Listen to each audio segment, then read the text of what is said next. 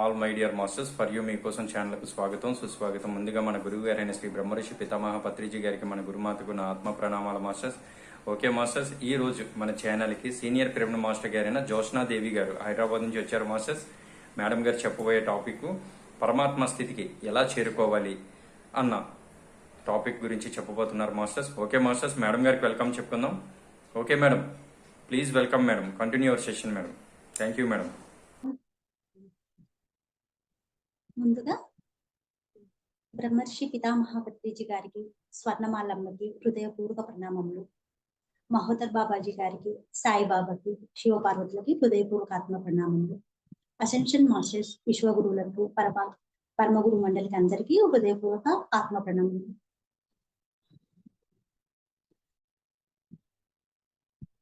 ఈరోజు మనం పరమాత్మ స్థితికి ఎలా చేరుకోవాలనే టాపిక్ నేను చెప్తున్నాను. మనము ఈ భూమి మీదకి పరమాత్మలుగానే వచ్చాము. కాకపోతే ఈ భూమి మీద ఉన్న మాయ వలన మనం చిక్కుకొని మనమందరం మానవులమే అనే భ్రమలో ఉన్నాము. కాబట్టి ఈ స్థితికి మనం ఎలా చేరుకోవాలనేది నేను వివరిస్తాను. ఈ అవకాశం ఇచ్చిన నా పర్యూ ఛానల్ వరకు కూడా హృదయపూర్వక ఆత్మ ప్రణామములు.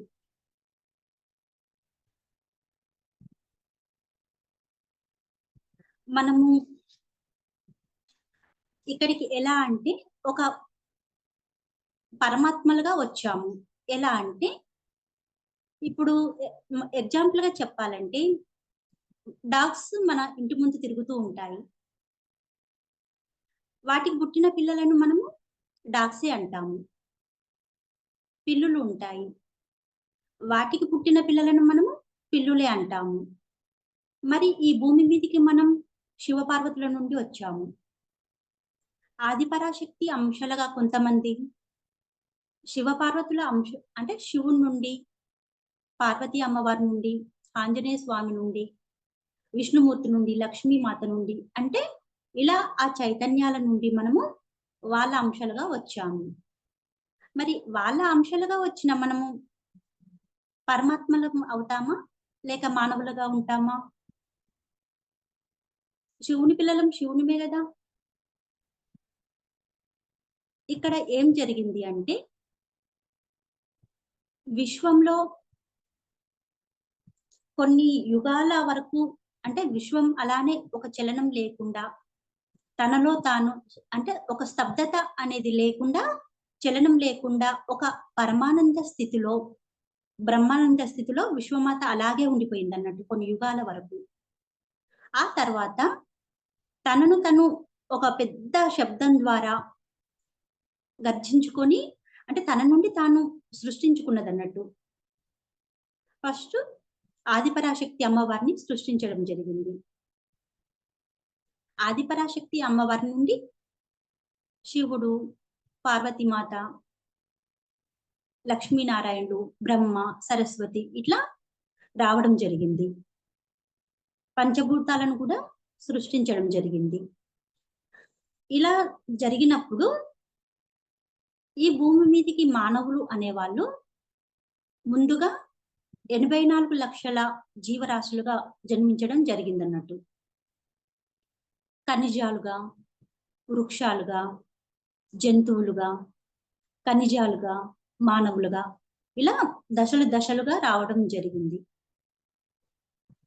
వీటి క్రమంలో అంటే ఈ 84 లక్షల జీవరాశుల సమయంలోనే ఒక 3 కోట్ల సంవత్సరాలు గడిచిపోవడం జరిగిందన్నట్టు. ఇన్ని కోట్ల సంవత్సరాలు గడిచిపోయే వరకు మనము మన యొక్క సహజత్వాన్ని మర్చిపోయాము, మనం ఎవరము అనేది. ఎందుకంటే అక్కడ జర్నీ అనేది చాలా జరిగిపోయింది కదా. కొన్ని కోట్ల సంవత్సరాలు జరిగిపోయే వరకు మనం ఎవరము అనేది జరిగిపోయింది. అలాంటి క్రమంలో మన డిఎన్ఏను ఈ నెగటివ్ ఫోర్స్ వాళ్ళు ఇంకా తగ్గించడం జరిగింది. దాన్ని 2% గా ఉంచడం జరిగింది, అంటే 2 డిఎన్ఏగా ఉంచడం జరిగింది. ఆ స్థితిలో మనం మనుషులమే అనే భ్రమలో ప్రజెంట్ ఎలా ఉంటున్నారో అందరూ ఆ స్థితికి వచ్చారన్నట్టు. అందరూ మనము మనుషులము, ఏమి లేదు, తినడం, మనకంటూ ఒక ఇల్లు కట్టుకోవడం, పిల్లలు, వాళ్ళని చదివించుకోవడం, మళ్ళీ వాళ్ళు పెద్దగా అవ్వడం, ఇవన్నీ. అంటే ఇవన్నీ రొటీన్‌గా జరుగుతున్నాయి ఇక్కడ. అంతేగాని ఇంకా వేరే అంటే మనం ఎవరము అనేది మాత్రం తెలుసుకోలేకపోతున్నారు. ఇది కంటిన్యూ‌గా జరుగుతుంది. ఇప్పుడు మనం ధ్యానం చేయడం వలన ఏమవుతుంది అంటే, అంటే ఇన్ని రోజులు మన యొక్క చైతన్యం ఒక ఆత్మగానే ఉంది. ధ్యానంలోకి రాకముందు గూడా ప్రతి ఒక్కరు ఆత్మస్థితిలోనే ఉంటారు. అంటే ఆత్మగా ఉంటారు. ఎలా అంటే పుట్టిన ప్రతి మనిషికి తెలుసు. ఏదో ఒక రోజు నేను చనిపోతాను అని చెప్పి. కాబట్టి ఉన్నన్ని రోజులు నేను ఈ జీవితాన్ని ఎంజాయ్ చేయాలనే దాంట్లో ఉన్నారు. అంటే చక్కగా తినాలి, మంచిగా సంపాదించుకోవాలి, ఈ జీవితాన్ని ఎంజాయ్ చేయాలి అనే దాంట్లోనే ఉన్నారు.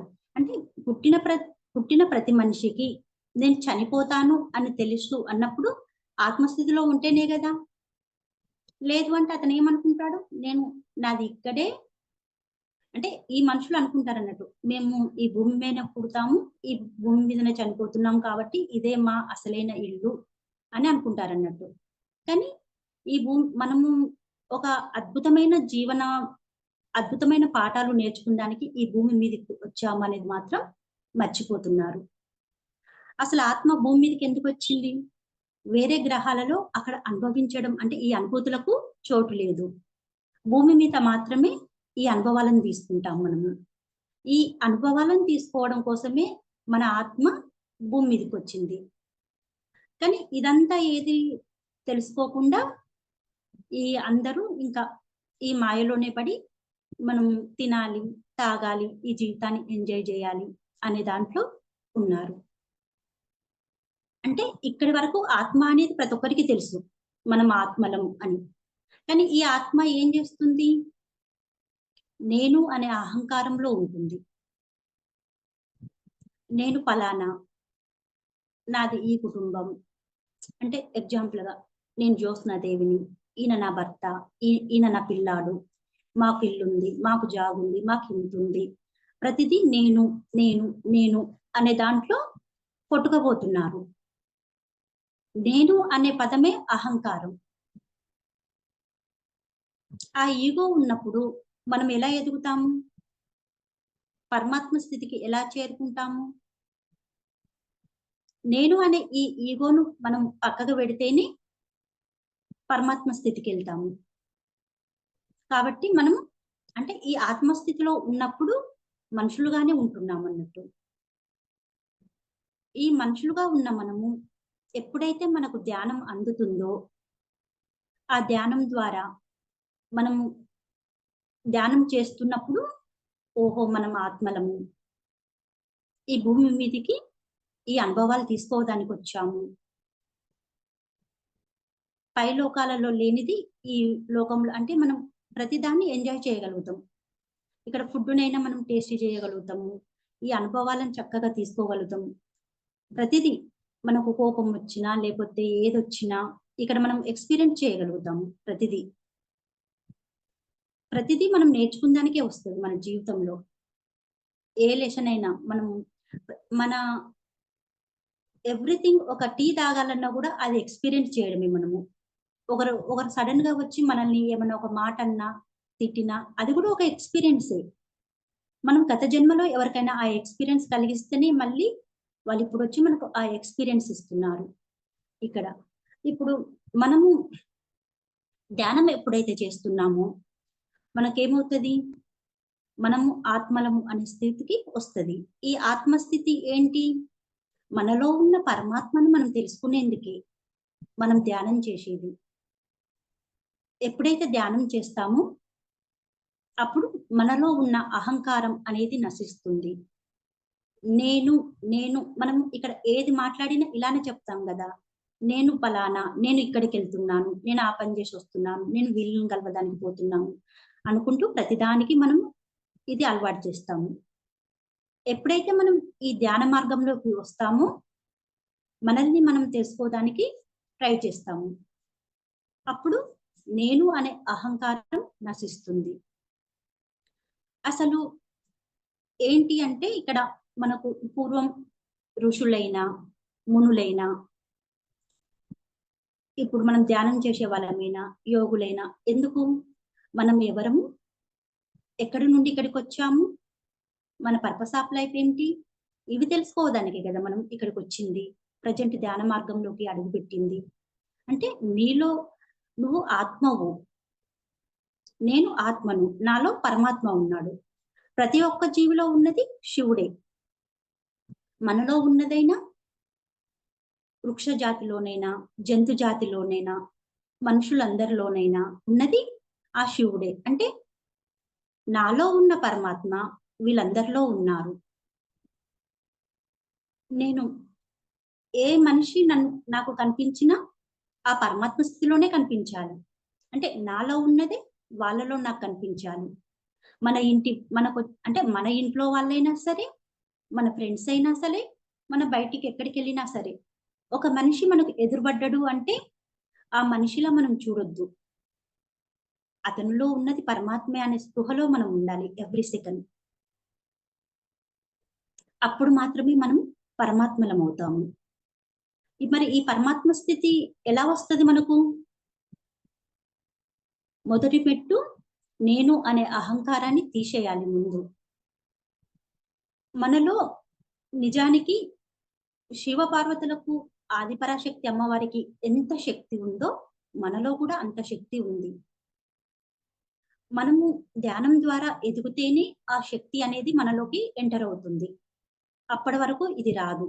దానికి కారణం ఫస్ట్ తీసేయాల్సింది నేను అనే అహంకారాన్ని తీసేయాలి.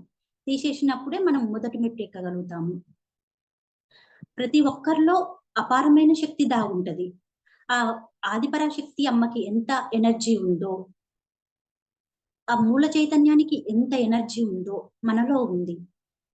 మనం మనిషిగా ఎప్పుడైతే భూమి మీదకొచ్చామో, ఎందుకంటే ఇక్కడ వృక్షాలున్నాయి. వాటికి అవసరం లేదు. అవి ఉండడమే అన్‌కండిషనల్ లవ్‌లో ఉంటాయి. అపారమైన ప్రేమతో ఉంటాయి అవి. ఎందుకంటే మనము అవి మనకు ఫలాలనిస్తాయి. పుష్పాలనిస్తాయి. మనం దారం పడిపోతూ వాటికి కొమ్మలిరుస్తాం, పువ్వులు తెంపుకుంటాం, కాయలు తెంపుతాం. ఇంకా రాళ్ళు గూడా కొడతారు. అసలు ఒక వృక్షం మొలిచేదానికి అది ఎంత శ్రమిస్తది? ఒక విత్తనం వేస్తే, ఆ విత్తనంను ఆహ్, ఏ చీమలు తినేస్తాయో, లేకపోతే ఏ పురుగులొచ్చి తీసేసి తినేస్తాయో, పక్షులే తినేస్తాయో, అవన్నీ తట్టుకొని ఆ చెట్టు నిలబడతది. నిలబడ్డంక ఆ చిన్న ముక్కలాగా ఉన్నప్పుడు ఇంకా ఏమైనా తీసేయొచ్చు. అవి కొంచెం పెద్దగవుతుంటే ఎవరైనా ఇరవచ్చు. లేకపోతే ఏ మేకలో, ఇంకా జంతువులో ఎవ్వి తాకినా పోతాయి. లేకపోతే మనుషులు కూడా ఇరుచుకుంటూ పోతుంటారు కదా! ఇవన్నీ తట్టుకొని ఆ చెట్లు నిలబడతాయి. అప్పుడే ఒక వృక్షంగా ఉంటది. అది మామిడి చెట్టయితే మనకు మామిడి ఫలాలిస్తది. జామ చెట్టయితే జామ ఫలాలిస్తది. కానీ ఈ పూల చెట్లైనా, పండ్ల చెట్లైనా మనం వాటి కొమ్మలిరిచినా, పూలు తెంపినా, కాయలు తెంపినా అవి మనల్నేమన్నా అంటాయా? ఏమీ అనవు.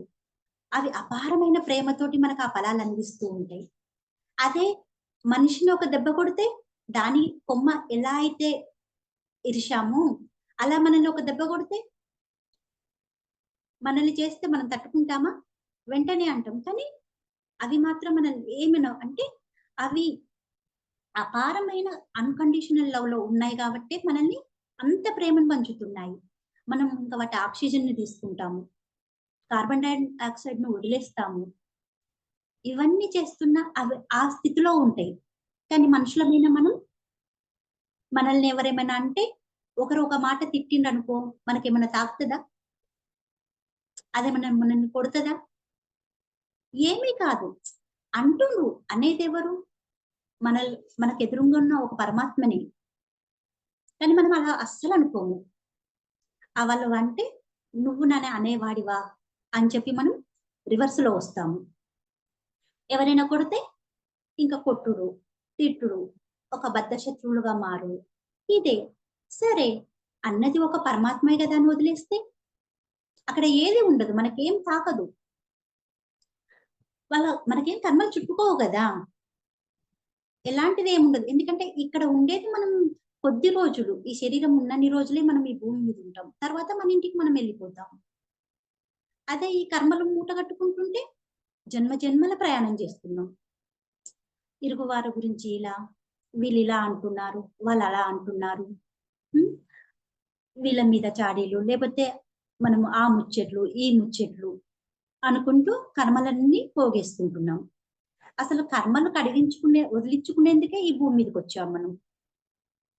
ప్రతి జన్మ తీసుకునేదెందుకు? నేను పరమాత్మను, నాలో ఉన్న అపారమైన శక్తిని తెలుసుకోవడం కోసమే మనం ఈ భూమి మీదకొస్తున్నాం ప్రతిసారి. ఈ జన్మ కాకపోతే ఇంకో జన్మ, ఇంకో జన్మ. ఈసారైనా నేను ఈ కర్మలన్నీ కడిగేసుకొని, నాలో ఉన్న అపారమైన శక్తిని తెలుసుకొని, నేను ఈ భూమి మీదకి ఎందుకొచ్చాను, ఏ పనులు చేసేదానికొచ్చాను అని తెలుసుకొని, అవన్నీ ఫుల్‌ఫిల్ జేసి, నా జన్మస్థానానికి ఎళ్ళిపోతాను అని వస్తాం. కానీ, ఆ వచ్చిన విషయాలన్నీ మర్చిపోతాం.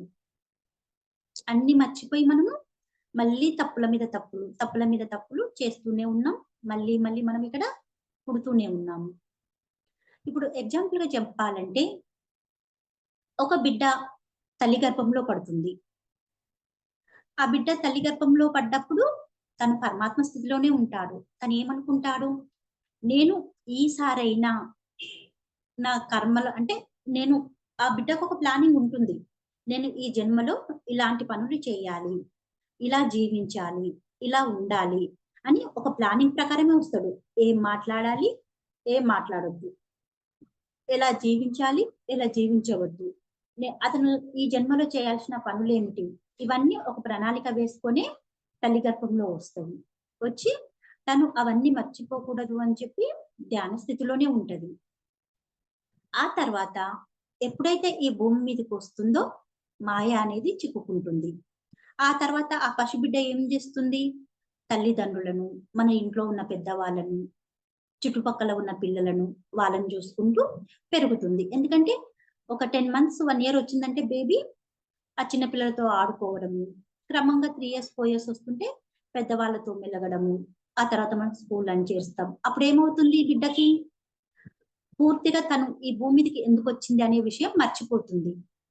వాళ్ళ ఇంట్లో పేరెంట్స్, చుట్టుపక్కల వాళ్ళు ఎలా వ్యవహరిస్తున్నారు, ఎలా మాట్లాడుతున్నారు, ఇంకా వాళ్ళని చూసి తను కూడా అలవాటైపోతదన్నట్టు. ఓహో! నేను ఇలానే ఉండాలి. నేను చదువుకోవాలి, నేను ఉద్యోగం జేసుకోవాలి, నేను పెళ్లి జేసుకోవాలి, పిల్లల్ని గనాలి, మళ్ళీ ఇట్లా ఫ్యామిలీ అన్నట్టుగా ఆ రొటీన్ వేలో పడిపోతుంది. అంతే తప్ప అసలు ఎందుకొచ్చినా అనేది అది ఆ మాయ ప్రభావంలో పడిపోతుందన్నట్టు. ఇంక తెలిసిపోదు. ఇక్కడ ఏమవుతుందంటే, ఇప్పుడు మనలో ఉన్న శక్తి మనం తెలుసుకోవాలంటే, ఇప్పుడు ఒక ఏనుగులుంటాయి. ఏనుగులకి ఎంత బలం ఉంటదసలు? చాలా బలం ఉంటది. కానీ, ఒక మావిటి వాడిని ఒక చిన్న తాడుకది లొంగిపోయి ఉంటది. ఫస్ట్ ఆ మావటి వాళ్ళు ఏం జేస్తారు? ఒక చిన్న ఏనుగుని తీసుకొచ్చి ఒక కొయ్యకు కట్టేస్తారు. కానీ ఆ పెద్ద దొడ్డు దారంతో కట్టేస్తారన్నట్టు. అది ఏం చేసినా గూడా విడిపించుకోకుండా ఒక పెద్ద దారంతో కట్టేస్తారు. అది అప్పుడు చిన్న పిల్ల. పుట్టినప్పుడు అది చిన్న పిల్ల గదా! ఆ చిన్న పిల్ల ఏం జేస్తది? దాని నుండి విడివడాలని చెప్పి తప్పించుకోవడం కోసం చాలా ట్రై చేస్తది ఫస్ట్ కొన్ని రోజులు. ఆ దారాన్ని ఎలానైనా తెంపుకొని ఇక్కడి నుంచి వెళ్ళిపోవాలి అనుకుంటది. దాని ప్రయత్నాలు అది చేస్తూనే ఉంటది. కానీ అది ఒక దొడ్డు దారంతో కట్టేయడం వలన అది ఏమి చేయలేకపోతది. అట్లా కొన్ని రోజులు చేశాక ఏం చేస్తది? అమ్మో! ఈ దారంకున్న శక్తి కంటే నా బలం చాలా తక్కువ అని చెప్పి ఆ దారానికి లొంగిపోతది.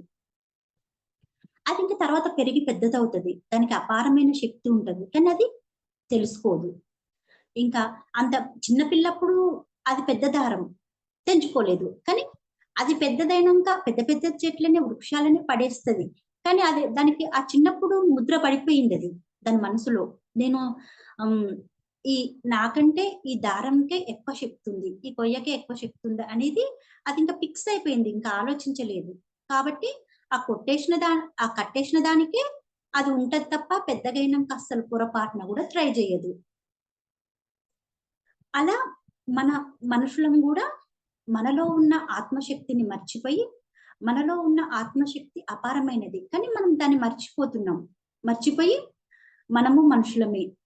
మనకేది చాత గాదు. మనకు ఏ కష్టాలొచ్చినా, బాధలొచ్చినా భగవంతునిపై ఏసి దేవుడా నా ఈ కోరికలను నెరవేర్చు. నా ఈ కష్టాలను తీర్చేయి. నా ఈ బాధలను తీర్చేయి. ప్రతి ఒక్కటి చెప్పుకుంటుంటాం. మనకే సమస్యలొచ్చినాయో అవి తీసేయమని చెప్పుకుంటాం. కానీ మనలో ఉన్న శక్తిని మాత్రం తెలుసుకోము. ఎలా అంటే ఆంజనేయ స్వామి ఉన్నారు. అతనిలో ఉన్న శక్తి అతనికి తెలియదు. అతనితో ఉన్న సైన్యము ఎప్పటికీ గుర్తు చేస్తూ ఉంటారు. నువ్వు అందరికంటే ఉన్నతమైన వాడివి. నీలో అపారమైన శక్తి ఉంది అని చెప్పి అతన్ని ఎంకరేజ్ చేస్తూ ఉంటారు. ఎంకరేజ్ చేసినప్పుడు మాత్రమే అతను తెలుసుకుంటాడు. ఆ పనులు చేయగలుగుతాడు. లేకపోతే మళ్ళీ కామ్ అయిపోతా ఉంటాడు.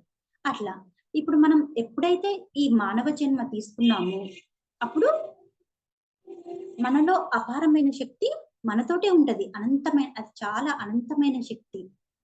ఆదిపరాశక్తి అమ్మవారికి ఉన్నంత ఎనర్జీ మనలో ఉంది. ఎప్పుడు ఇది మరి మనకు బయటికి వస్తుంది?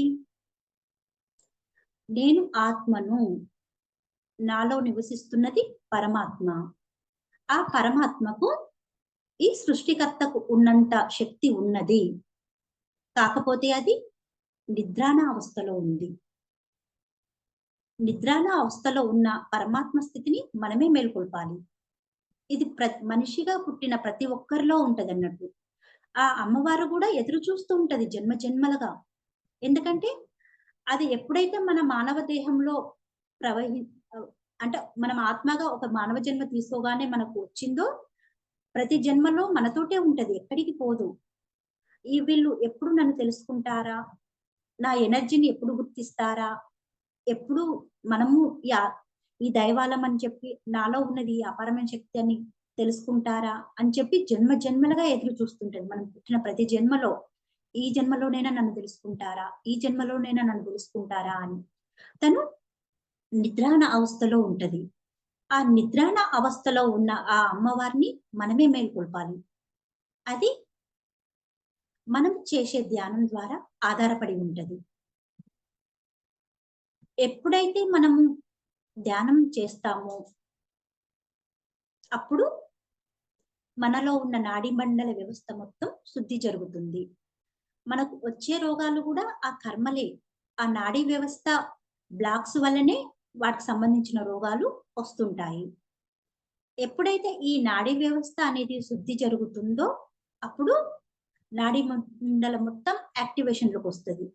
నీ గత జన్మల కర్మలు కూడా అన్ని తొలగిపోతుంటాయి. అంటే ఎంత ఎక్కువ ధ్యానం చేస్తే అది అంత త్వరగా జరుగుతుంటది. ఏదో చేస్తాంలే కొద్దిసేపు అంటే అది కాని పని. ధ్యానానికి ధ్యానమే చేస్తా, మళ్ళీ నా స్థితిని ఏం నేను మార్చుకోను. ఇన్ని రోజులు నేను ఎలా మాట్లాడానో అలానే మాట్లాడతా, అలానే తింటాను, అలానే తిరుగుతాను, మొత్తం అలానే ఉంటా. కానీ నేను మాత్రం రోజుకు 2 గంటలు ధ్యానం చేస్తా. మరి ఆ ఎనర్జీ ఎక్కడికి పోతది? దేనికి సరిపోతది? నువ్వు 2 గంటలు చేసే ధ్యానం వలన వచ్చిన ఎనర్జీ నువ్వు మాట్లాడే ఒక్క పొరపాటు మాట వలనే మొత్తం నీ స్థితి మొత్తం దిగజారిపోతది. ఒకరిని అంటే చాలు, నీ ఎదుట ఉన్న ఇది కూడా ఒక పరమాత్మే అని నువ్వు మర్చిపోయి కోపంలోనో లేకపోతే వేరే వాళ్ళ గురించి అక్కడ చెప్పడం వలనో నీ స్థితి మొత్తం దిగజారిపోతుంది. నువ్వు ప్రతిరోజు ఇలానే ఉన్నప్పుడు మరి నీ ఎనర్జీ ఎక్కడ సరిపోతుంది? నీ చక్రాస్ యాక్టివేట్ అవ్వాలి కదా. ఆ చక్రాస్ లో ఉన్న కర్మలన్నీ ఒక్కొక్క చక్రంలో ఎన్నో వందల జన్మల కర్మలు మూట కట్టుకొని ఉన్నావు. అవన్నీ క్లియర్ అవ్వాలి, ఆ బ్లాక్స్ అన్ని పోవాలి.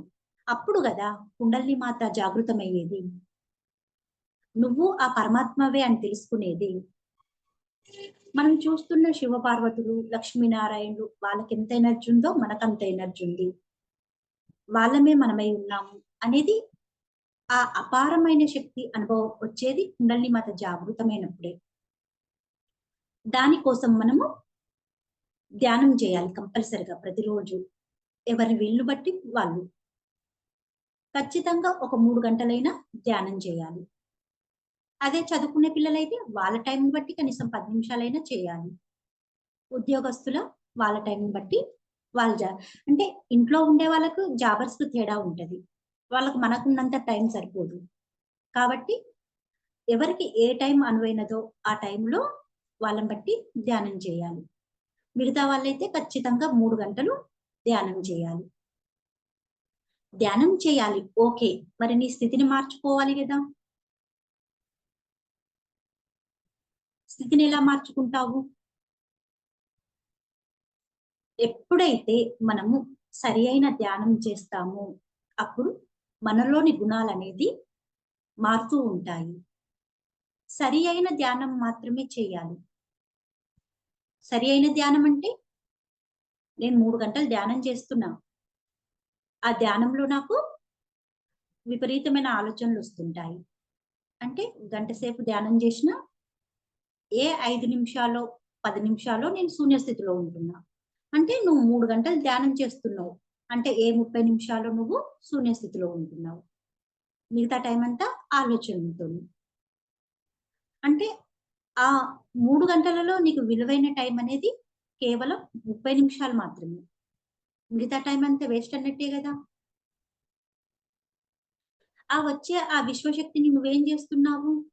నీ దినచర్యలో జరిగే ప్రతిదానికి ఇదిట్లా, అదట్లా, వాళ్ళిట్లా, వీళ్ళిట్లా అని ఇంకా ఈ భౌతికంగా జీవితంలోనే నువ్వు వృధా చేస్తున్నావు. మరి నిన్ను నువ్వు తెలుసుకునేదెప్పుడు? అందుకే నువ్వేం చేయాలి? సరి అయిన ధ్యానం చేయాలి ముందు. నీలో ఉన్న గుణాలు మారాలి అంటే, నీకు ఆ పరమాత్మ చైతన్య స్థితి రావాలంటే నువ్వు సరి అయిన ధ్యానం చేయాలి.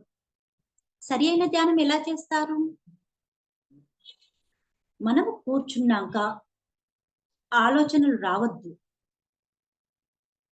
నువ్వు గంట సేపు ధ్యానం చేస్తావా?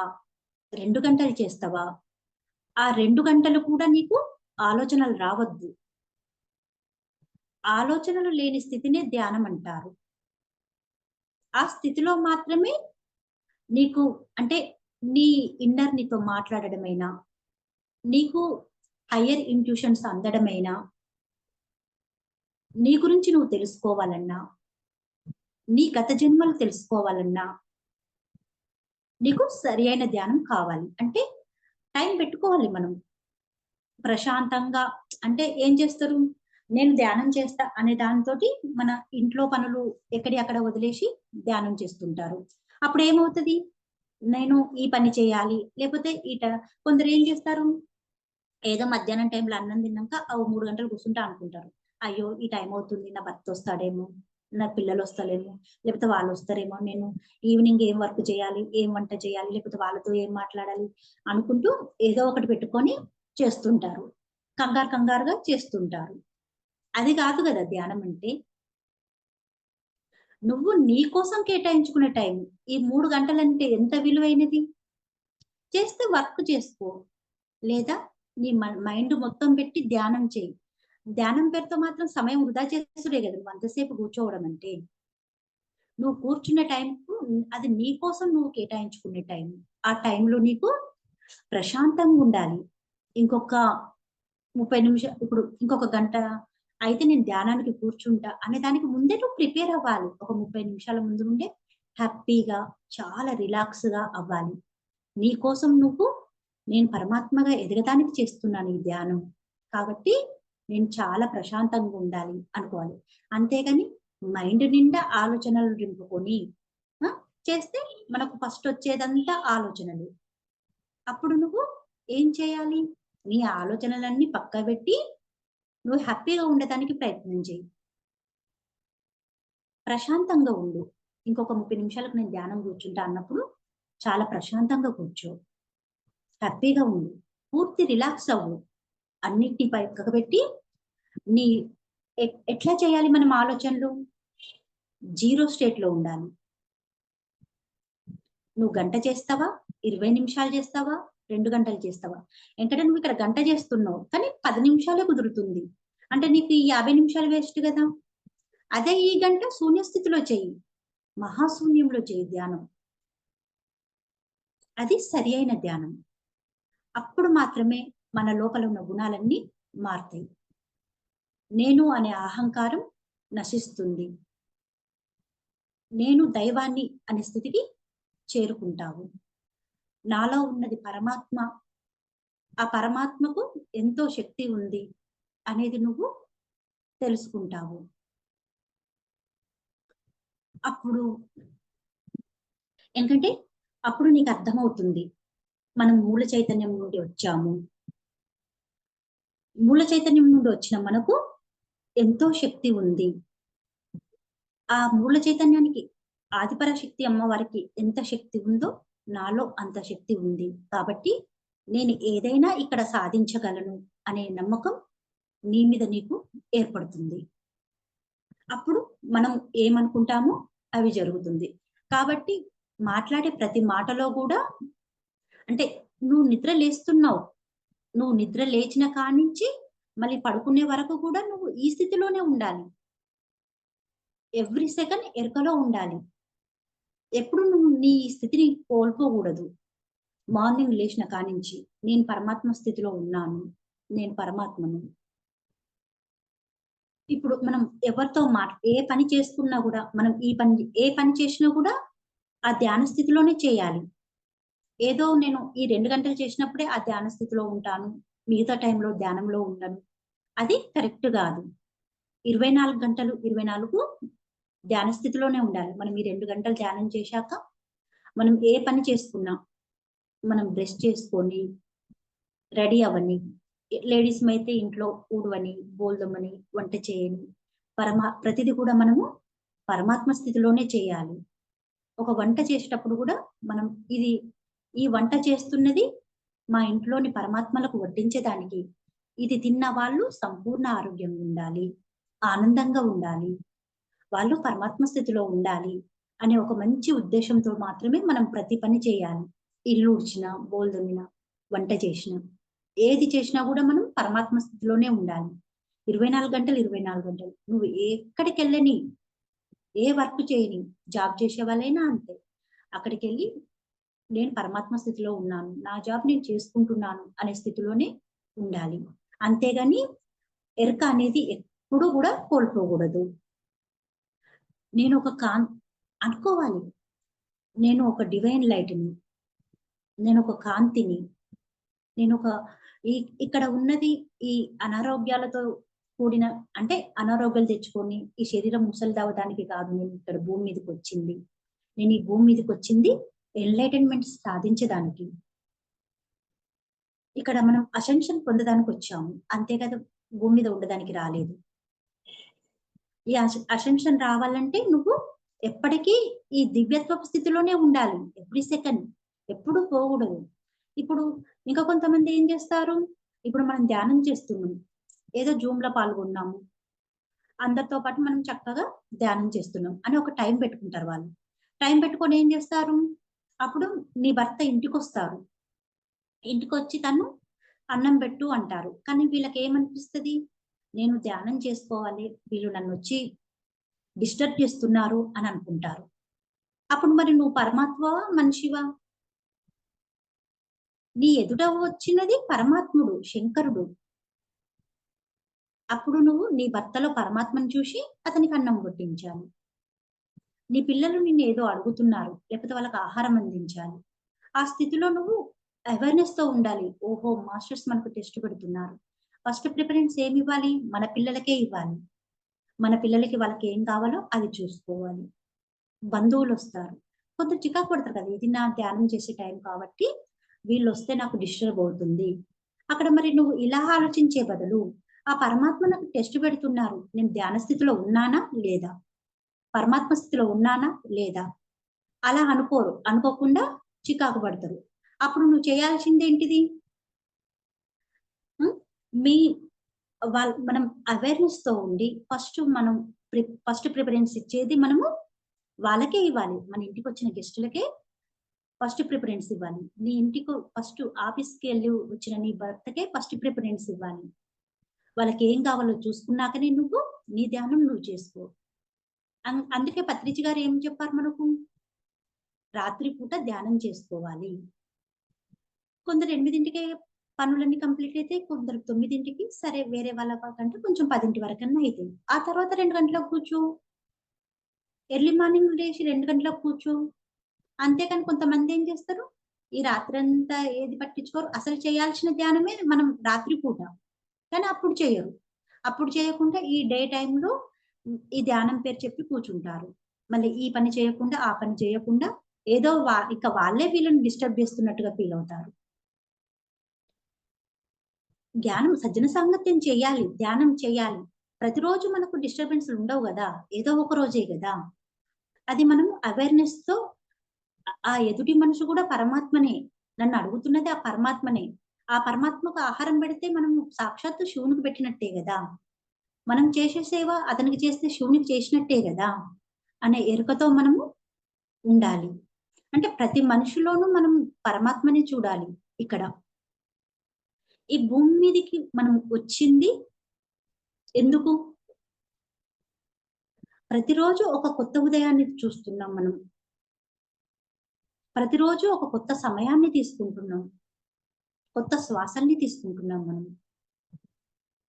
ఈ భూమి మీదకి మనం కొన్ని శ్వాసలను అంటే నేను ఇన్ని శ్వాసలు తీసుకున్నన్ని రోజులే నేను ఈ భూమి మీద ఉంటాను. ఈ శ్వాసలు కంప్లీట్ అయ్యాక పైకెళ్ళిపోతాను. అంటే మళ్ళీ మనం సోల్‌గా ఈ బాడీని వదిలేసి వెళ్తాము అని వస్తున్నాం. ఒప్పందం చేసుకొని వచ్చాము. మరి ప్రతిరోజు నువ్వొక కొత్త ఉదయాన్ని చూస్తున్నప్పుడు, కొత్త సమయాన్ని తీసుకుంటున్నప్పుడు, నీలోని కొత్త శ్వాసలను నువ్వు లెక్కిస్తున్నప్పుడు, నీ స్థితిని గూడా నువ్వు డెవలప్ చేసుకోవాలి గదా! ఏముంది మనం ధ్యానం చేయకుండా వృధాగా ఉంటే రోజులు గడిచిపోతూనే ఉంటాయి. ఇప్పుడు ఇన్ని సంవత్సరాలు ఎలా యో నువ్వు ఎన్ని శ్వాసలు తెచ్చుకున్నావో అన్ని రోజులు గూడా నువ్వు ధ్యానం చేయకుండా అంటే మనం ధ్యానం చేసినా, ధ్యానం చేస్తే మన జీవితాన్ని అత్యంత అద్భుతంగా తీర్చిదిద్దుకుంటాం. ధ్యానం చేయకపోతే అవి గడిచిపోతూనే ఉంటాయి. నీ కోసం ఎక్కడ ఎవ్వి ఆగవు. నువ్వు ధ్యానం చేయలేదని, నువ్వు పరమాత్మ స్థితికి ఎదగలేదని, నీ కోసం ఏ ఒక్కటి ఆగదు. నువ్వే ధ్యానాన్ని అందుకోవాలి. నువ్వే ధ్యానం చేయాలి. నువ్వే ఎదగాలి. ఎవరి కోసం? నా కోసం నేను. నా ఆత్మని నేను ఉద్ధరించుకోవడానికి. నేను అసెన్షన్ పొందడానికి. కాబట్టి ప్రతిరోజు మనకు ఎంతో విలువైనది. ప్రతి శ్వాస చాలా విలువైనది. ఎందుకంటే, ఆ శ్వాసలను మనం కొని తెచ్చుకున్నాం ఇక్కడికి. ఇన్ని శ్వాసలే నేనిక్కడ జీవిస్తాను ఈ భూమి మీద అని చెప్పి. మరి ఆ శ్వాసల్ని నువ్వు వృధా చేసుకోవడం ఎట్లా? మనం ధ్యానం చేసినప్పుడు ఈ శ్వాసలు గూడా తగ్గుతాయి. డీప్ స్థితిలో ఉన్నప్పుడు అసలు ఎప్పుడో ఒకసారి తీసుకుంటాం. అంటే అట్లా మన సమయాన్ని గూడా ఆదా చేసుకుంటున్నాం. ఎంతో లైఫ్ టైమ్‌ని ఇంకా ఆదా చేసుకుంటున్నాం మనం. ధ్యానం చేయకుంటుంటే ఏ రోగాలో వస్తాయి. ఏజ్ పెరుగుతున్న కొద్దీ ముసలితనం వస్తది. ఆ తర్వాత ఈ శరీరం కృంగి, కృషించి, నశించి వెళ్ళిపోతారు. అదే ధ్యానం చేస్తే ఈ వచ్చే కాస్మిక్ ఎనర్జీ వలన మనం చాలా హెల్తీగా ఉంటాము. చాలా యంగ్‌గా గూడా ఉంటాము. అంటే మనం ఈ శరీరాన్ని ఖరాబ్ అవ్వనివ్వం అస్సలే. అంతేకాదు ఇది మనలో ఒక పరమాత్మ నివసిస్తున్నాడు అంటే ఇది ఒక దేవాలయమే గదా! మనము ఉండడానికి ఈ ఇల్లు ఏర్పరచుకున్నామో అంటే మన ఈ శరీరం ఉండడానికి, మన భర్త, పిల్లలు ఉండడానికి ఈ ఇల్లును మనం ఎలా అయితే కట్టుకున్నామో, లేకపోతే రెంట్‌కి తీసుకున్నామో, అట్లా మనము మన మనలోని పరమాత్మ ఈ శరీరాన్ని తెచ్చుకున్నాడు. ఇది మనది గాదు. మన పరమాత్మ నివాసం ఉంటున్న దేవాలయం ఇది. ఈ దేవాలయంను మనం ఎంత ఇంట్రెస్ట్‌గా అంటే ఎంత కేర్‌ఫుల్‌గా చూసుకోవాలి, ఎంత గౌరవించుకోవాలి. మనం చిన్న పిల్లలను ఎలా అయితే ప్రేమిస్తామో, అలా మన శరీరాన్ని ప్రేమించాలి. కొందరు వాళ్ళ శరీరాన్ని కూడా గమనించరు. అంటే లెక్కలోకి తీసుకోరు, పట్టించుకోరు. ఏదో ఉట్టు పుణ్యానికే ఈ శరీరం దొరికింది అనుకుంటారు. పైన ఎన్ని ఆత్మలకసలు ఈ శరీరం దొరకక ఇబ్బంది పడుతున్నారు. కొన్ని కోట్ల మంది క్యూలో నిలబడి ఉన్నారు పైలోకాలలో ఇక్కడ జన్మ తీసుకోవడానికి. కానీ ఇక్కడ ఉన్న వాళ్ళకు ఎంతో కేర్‌లెస్. ఏదది ఉట్టు పుణ్యానికే వచ్చింది ఈ శరీరం ఇక్కడ అని చెప్పి. ఆ! నీలో ఉంటున్నది ఒక పరమాత్మ. ఆ పరమాత్మ ఉంటున్న ఈ పరమాత్మకి ఇది దేవాలయమే గదా! మనం గుడికెళ్తున్నాం. ఆ గుడిని మనం దేవాలయం అంటున్నాం. మరి అక్కడున్న విగ్రహాలు ఉన్న ఆ చోటికే అంత పవిత్రత ఉంటే, నీ దేహం అనే దేవాలయంకు నువ్వు ఎంత విశిష్టత ఏర్పరచాలి? ఎంత అందంగా తీర్చిదిద్దుకోవాలి ఇది మనం? ఎంత ప్రేమగా చూసుకోవాలి? ఎంత గౌరవించాలి? ప్రతిరోజు మనం ఎంత కృతజ్ఞతలు చెప్పినా తక్కువే. ఈ కళ్ళతో మనం చూస్తున్నాము, కాళ్ళతో నడుస్తున్నాము. ఈ శరీరంలోని మన అన్ని సహకరిస్తేనే గదా మనం నడిచేది, కదిలేది, వంట చేసుకునేది, విహారయాత్రలు చేసేది, మనము ఫంక్షన్స్‌కి అటెండ్ అయ్యేది, ఏది నేర్చుకోవాలన్నా, ఏది చేయాలన్నా. కాబట్టి మనము ఈ శ ప్రత్ ఈ శరీరాన్ని మనం కాంతి శరీరంగా తయారు చేసుకోవాలి. మనం ఎప్పుడైతే సరి అయిన ధ్యానం చేస్తామో, అప్పుడు ఈ శరీరం కూడా కాంతి శరీరంగా తయారవుతుంది. ఎందుకంటే నీ పర్పస్ ఆఫ్ లైఫ్‌లో నువ్వేం తెచ్చావో తెలుసుకోవాలి. ఈ భూమి మీదకి నేనెందుకొచ్చాను? ప్రతిరోజు తిని, పడుకొని దానికి కాదు గదా! ఎందుకొచ్చాను? నీ పర్పస్ ఆఫ్ లైఫ్ ఏంటి? అనేది నువ్వు తెలుసుకోవాలి. నీలో ఉన్న పరమాత్మను నువ్వు నిద్ర లేపాలి. లేపి అడగాలి. అసలు నేను ఈ భూమి మీదకి ఎందుకొచ్చాను? దేనికొచ్చాను? ఏం చేసేదానికొచ్చాను? నాకీ జ్ఞానాన్ని ఇవ్వండి అని చెప్పి అడగాలి. అప్పుడు ఈ భూమి మీద నువ్వు చేసే పనులేమిటో పరమాత్మ తెలియజేస్తుంది. అప్పుడు నువ్వు ఆ పర్పస్ ఆఫ్ లైఫ్‌లో నువ్వు పలానా పనులు నువ్వు ధ్యానం నేర్పించడానికే వచ్చావు అన్నప్పుడు ధ్యానమే నేర్పించు. నువ్వు జ్ఞానాన్ని అందించడానికొచ్చావు, జ్ఞానాన్ని అందించు. నీ ద్వారా ఆశ్రమాలొస్తాయి. లేకపోతే నువ్వు పిరమిడ్‌లు కట్టిస్తావు. లేకపోతే నువ్వు ఇంకో పని చేస్తావు. ఒక్కొక్కరికి ఇక్కడ ఒక్కొక్క పనులుంటాయి. అవి లేపోతే నీ ధ్యానం నువ్వు చేసుకుంటూ నీ కుటుంబాన్ని చూసుకుందానికొచ్చావు. అంటే ప్రతిదీ అనుభవమే గదా! కొందరు భర్తను, పిల్లల్ని ఎలా చూసుకోవాలి అనొచ్చారు. కాబట్టి అది కూడా ప్రతిదీ అనుభవమే ఇక్కడ. ఈ ఆత్మ వచ్చేదే ప్రతిది అనుభవము. ఈ జన్మలో నువ్వు నీ భర్తను, పిల్లలను ఎంత ప్రేమగా చూసుకోవాలి అనే దానికొచ్చావు. అదే నేర్చుకో. ఈ జన్మలో నువ్వు ఉద్యోగం చేస్తానికే వచ్చావు. ఉద్యోగమే చేసుకో. లేపోతే ఈ జన్మలో నువ్వు ధ్యానం చేసుకొని చాలా ఎనర్జీని కూడగట్టుకుందానికి వచ్చావు. ధ్యానమే చేసుకో. నీ పర్పస్ ఆఫ్ లైఫ్‌లో ఏముందో నీ పరమాత్మ మాత్రమే ఖచ్చితంగా చెప్తది. అది ఎవరికీ తెలవదు. కాబట్టి నీలో ఉన్న పరమాత్మను నిద్రలేపి నువ్వు నీ రహస్యాలేంటో తెలుసుకో. దానికి మన గత జన్మలు గూడా తెలుసు. ఆ గత జన్మలో మనకిక్కడ ఏమైంది? ఫస్టే మనకు నా గత జన్మలు ఇవి అంటే ధ్యానం చేయకముందే మన గత జన్మలు తెలుసనుకో, మనం ఏం చేస్తాం? ఈ స్థితిలో ఉంటామా? నేను నా గత జన్మలో నేను ఇక్కడ రాజుగా పుట్టాను, ఇక్కడ రాణిగా పుట్టాను, నేనట్లా, నేనిట్లా అనే అహంకారంలో ఉంటారు. అదే నీకు జ్ఞానం వచ్చినట్లయితే గత జన్మలతో మనకేం సంబంధం లేదు. నువ్వు గత జన్మలో రాజువైతే ఇప్పుడు నేను గత జన్మలో పలానా ఇక్కడ నేను రాజుగా పుట్టాను అని చెప్పిపోతే ఇక్కడ నిన్నెవరైనా లోపలికి రానిస్తారా? ఎప్పుడో జరిగిపోయిన చరిత్రకు ఏమి సంబంధం ఉండదు. కాకపోతే మనం అక్కడి నుంచి జ్ఞానాన్ని తీసుకోవాలి. అక్కడ నేను ఎలా ఉన్నాను అంటే ఎన్నో జన్మలు తీసుకున్నాం గదా! కొన్ని వందల జన్మలు. వాళ్ళ స్థితిని బట్టి 300 జన్మల, 600 జన్మల, కొందరు వేల జన్మలు, కొందరు యుగాల జన్మలు గూడా ఉన్నాయి. ఈ భూమి మీదకి కొందరు త్రేతాయుగంలో వచ్చిన వాళ్ళున్నారు. కొందరు ద్వాపర యుగంలో వచ్చిన వాళ్ళు గూడా ఉన్నారు. ఎందుకు? వాళ్ళు జ్ఞానాన్ని తెలుసుకోకనే జన్మలు జన్మలుగా భూమి మీదకొస్తున్నారు. కాబట్టి నీ పర్పస్ ఆఫ్ లైఫ్‌లో నువ్వేం తెచ్చావో ఆ జ్ఞానాన్ని తీసుకో. అంతేగాని ఇక్కడ మనకేమవుతుందంటే గత జన్మలు చూసుకోవటం వల్ల మాత్రం చాలా బెనిఫిట్ ఉంటది. కానీ కొందరు మళ్ళీ వాటి వలన కూడా బ్లాక్స్ ఏర్పరచుకుంటారు. నేను గత జన్మలో ఇది కాబట్టి నేను ఇప్పుడు ఇక్కడ ఇలాగే ఉంటా. రాజుగా పుడితే నేను ఈ జన్మలో కూడా రాజుగా ఉంటే ఎవరికి నచ్చుతదది? అది నీది నీకు కూడా అది అహంకారంగానే మిగిలిపోతదది. మళ్ళీ కర్మలే మూట కట్టుకుంటావు. కాకపోతే మనము మన గత జన్మల నుండి తెచ్చుకున్న అనుభవాలను తీసుకోవాలి. అక్కడ నీకు ఏమేం బ్లాక్స్ ఏర్పడ్డాయో వాటిని క్లియర్ చేసుకోవాలి. ఆ గత జన్మల్లో మనము ఆ తెచ్చుకున్న బ్లాక్స్‌ని క్లియర్ చేసుకొని, ఆ అనుభవంతోటి మనం ఇక్కడ ఆ పరిస్థితులు రాకుండా ఇంకా ఎంత ఉన్నతంగా జీవించాలి అన్న జ్ఞానాన్ని తీసుకుంటాము. అంతే తప్ప ఇంకా వేరే వాటి కోసం మాత్రం కాదు. అంటే అక్కడ నన్ను అత్త ఏడిపించింది కాబట్టి, ఇప్పుడు నాకు కోడలుగొచ్చింది కాబట్టి నేను ఏడిపిస్తా. లేకపోతే అక్కడ భర్త నాకు కష్టపెట్టిండు కాబట్టి ఇక్కడ కష్టపెడతా. దానికి గాదు.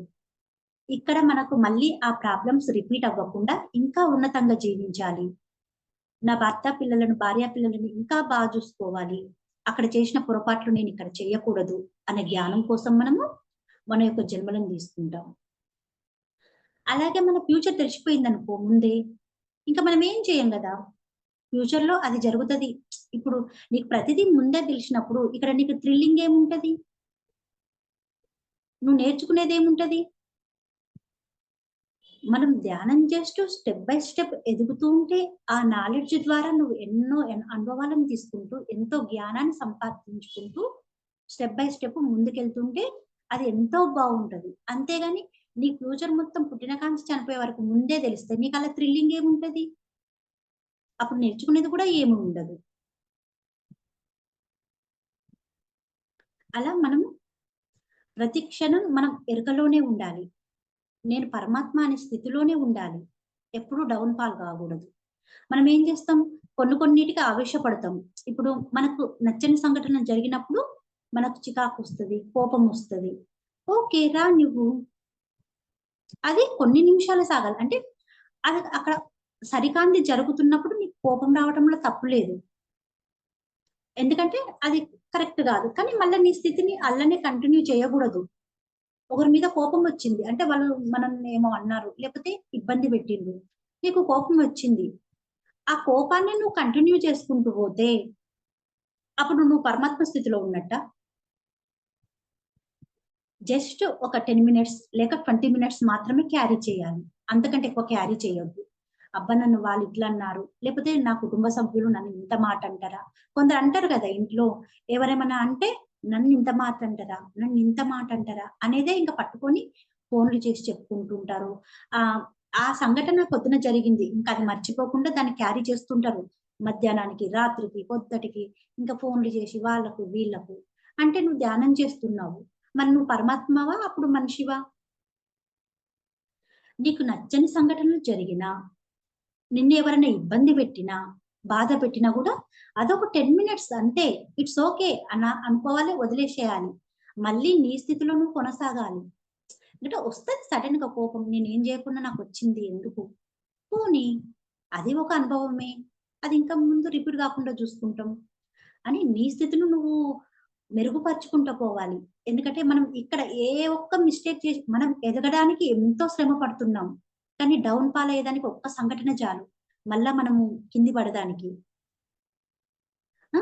మనము ఇన్ని రోజులుగా ధ్యానం చేస్తుంది గూడా ఒక్క మనిషిని కోప్పడ్డా, కొందరు మనం ఏమంటాం, నీ పాపాన నువ్వు పోతావంటారు. ఇంకేమన్నా ఇబ్బంది పెట్టినా, మనకు అన్యాయాలు చేసినా, మోసాలు చేసినా మనం ఏమంటాం, కొందరేమో శాపాలు పెడతారు. వాడు అట్లా అయిపోతాడు, ఇట్లా అయిపోతాడు.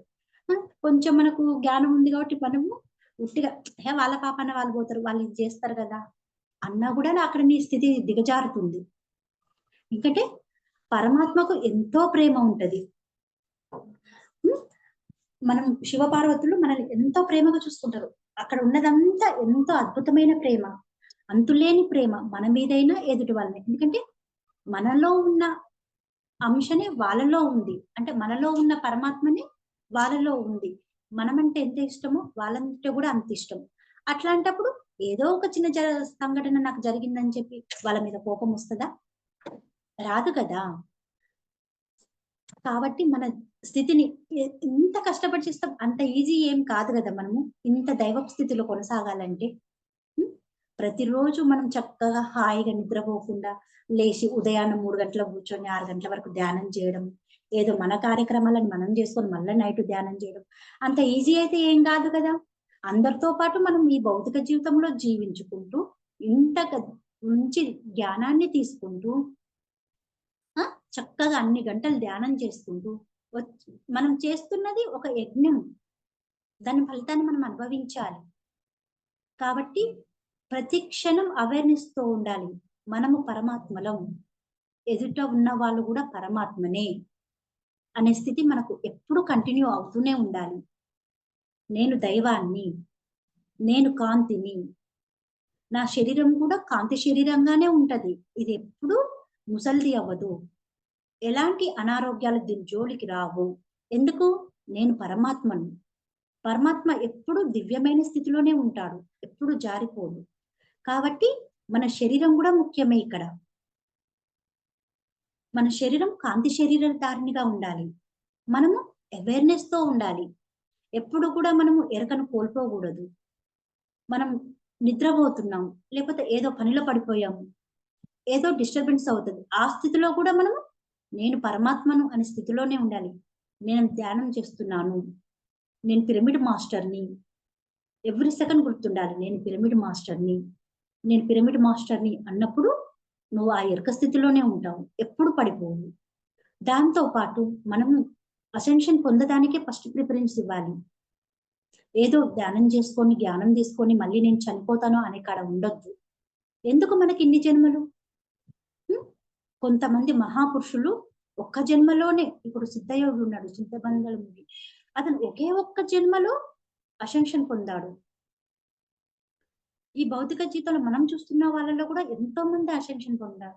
వల్లలారి స్వామి గారు గాని, లేకపోతే మాస్టర్ సివివి గాని, హ్మ్.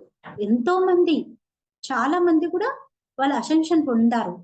ఇక్కడ ఈ భూమి మీద ఒకరికి సాధ్యమైంది అంటే అందరికి సాధ్యమైతది కదా! ఏదైనా ఒక విషయం ఉంది. అది సాధ్యం కాలేదు అంటే ఎవరికీ సాధ్యపడదు. ఒక విషయం ఒకరికి సాధ్యమైందన్నప్పుడు అక్కడ మనం అందరం ఆ జ్ఞానాన్ని తీసుకుంటాము. మనం మన లక్ష్యం మనం అసెన్షన్ పొందడానికే వచ్చామిక్కడ. అంటే మనం ఏ ఏ చైతన్యం నుండైతే వచ్చామో, మనం వచ్చింది మూల చైతన్యం నుండి. మళ్ళీ తిరిగి చేరాల్సింది మన లోకానికే. ఆ చైతన్య స్థితిగానే. ఇప్పుడు పరమ గురువుగా పత్రిజీ గారొచ్చారు. తను చక్కగా ధ్యానం ఫస్టు సరే వివాహ వ్యవస్థలో ఉన్నారు. ఆ తర్వాత తన స్థితిని తను తెలుసుకున్నాడు. నేనిక్కడ ధ్యానం నేర్పించడానికొచ్చాను అని తెలుసుకున్నారు. తర్వాత పరమాత్మ స్థితిలోకి మారారు. ఆ పరమాత్మ స్థితిలోకి మారి అందరికీ తను అనుకున్న లక్ష్యాన్ని సక్సెస్‌ఫుల్‌గా కంప్లీట్ జేశారు. అంటే తన పర్పస్ ఆఫ్ లైఫ్ ఏమిటో తెలుసుకొని అది గ్రాండ్ సక్సెస్ చేసుకున్నారు. ఏదో కొంచెం కాదు గదా! ఈ ప్రపంచం మొత్తానికే అతను ధ్యాన గురువయ్యారు. పితామహులయ్యారు. ఇప్పుడు విశ్వంలో కలిసిపోయారు. విశ్వగురువుగా మారారు. అంటే శివుడు ఏ స్థితిలో ఉన్నారో పత్రిజీ గారు అలానే ఉన్నాడు. మూల చైతన్యంలో కలిసిపోయారు. ఒక విశ్వగురువుగా ఉన్నారు. ఎంతో మందికి ఒకరికి ఇద్దరికి గాదు గదా! ప్రతి ఒక్కరికి అతను కనిపిస్తున్నారు. అతను ఎనర్జీ ఇస్తున్నారు. మనకు జ్ఞానాన్ని ఇస్తున్నారు. మన లోపల ఉండి ఈ జ్ఞానాన్ని చెప్పిస్తున్నారు. హ్మ్. ఇంత అద్భుతమైన జ్ఞానాన్ని, ధ్యానాన్ని ఇచ్చింది మనకు పత్రిజీ గారే గదా! ఇది మనం సద్వినియోగం చేసుకోవాలి. సద్వినియోగం చేసుకొని మనము ప్రతి ఒక్కరికి ఉండాలి. నేను అసెన్షన్ పొందడానికే ఈ భూమి మీదకొచ్చాను. మళ్ళీ మళ్ళీ తిరిగి రావడానికి ఈ భూమి మీదకి రాలేదు అనే స్థితి మనం ఎప్పటికి నిలబెట్టుకోవాలి. మనలో ఉన్న అపారమైన శక్తిని మనం ఏమనుకుంటే అవి జరుగుతాయి. మనము సృష్టికర్తలమే. మనం వేరే వాళ్ళం గాదు. ఆ సృష్టికర్తల నుండి వచ్చిన మనము సృష్టికర్తలమే. ఒక తల్లి బిడ్డకి ఎలా జన్మనిస్తుందో అంటే అక్కడ సృష్టికర్తనే గదా! ఒక బిడ్డను తయారు చేసిందంటే, అలా మనము ఎన్నో లోకాలను సృష్టించగలం. మనకు ఎన్నో క్రియేషన్ చేసే అద్భుతమైన జ్ఞానం ఉంది. కాబట్టి చక్కగా ధ్యానం చేసి ప్రతి ఒక్కరు ధ్యాన స్థితిలో పరమాత్మలుగా అంటే ప్రతి ఒక్కరు పరమాత్మ స్థితికి చేరుకోవాలి. పరమానంద స్థితిలో ఉండాలి. ప్రతి మనిషి కూడా ఎవ్రీ సెకండ్ ఆనందంలోనే ఉండాలి. ఇక్కడ ఏం చేస్తారంటే నాకిది జరిగింది అని చెప్పి బాధపడతారు. అంటే ఇంట్లో ఒక అనుకున్నది జరగకపోయినా బాధపడతారు. భార్యాభర్తల మధ్యలో గొడవలైనా బాధపడడం, లేపోతే ఏదో ఒక దానికి. వీటిని క్యారీ చేసేదానికి మనం రాలేదు. ప్రతి క్షణం ఆనందం స్థితిలో ఉండడానికే వచ్చాము. నీ యొక్క ఆత్మ యొక్క నిజమైన స్థితి ఆనంద స్థితి. అది మామూలు ఆనంద స్థితిలో ఉండదు. పరమానంద స్థితిలో ఉంటది. మన ఆత్మలోనే బ్రహ్మాండమంతా ఉంది. ఈ విశ్వమంతా ఉంది మన ఆత్మలోనే. ఆ జ్ఞానం ఉన్నది. ఆ సంపద ఉన్నది. అంతా మనలోనే. కాబట్టి మన ఆత్మ ఎప్పుడూ ఆ పరమానంద స్థితిలోనే ఉంటది. కాబట్టి ప్రతి మనిషి గూడా ఎవ్రీ సెకండ్ ఆనంద స్థితిలోనే ఉండాలి. నీ నీ లైఫ్‌లోకి ఎవ్వన్నా రాని. వాటిని అంటే ఇవి నేను తీసుకొచ్చుకున్నయి అవి. నేను తీసుకొచ్చినయే గాబట్టి నేను నేర్చుకుంటున్నాను. ప్రతిదీ అనుభవంగా తీసుకోవాలి. పుట్టిన కాంచి చనిపోయే వరకు గూడా ప్రతి క్షణం ఆనంద స్థితిలో నుండి నీ నీ ముందట నీ ఇంట్లో వాళ్ళని కోల్పోయినా, లేకపోతే అనుకోని సంఘటనలు ఎవ్వి జరిగినా కూడా మనకు ఆ ధైర్యం ఉండాలి. వాటిని ఫేస్ చేసే జ్ఞానం ఉండాలి. కానీ మన ఆనంద స్థితిని ఎప్పుడూ కోల్పోకూడదు. చేస్తాం. ఒక 5 నిమిషాలు, 10 నిమిషాలు, 20 నిమిషాలు.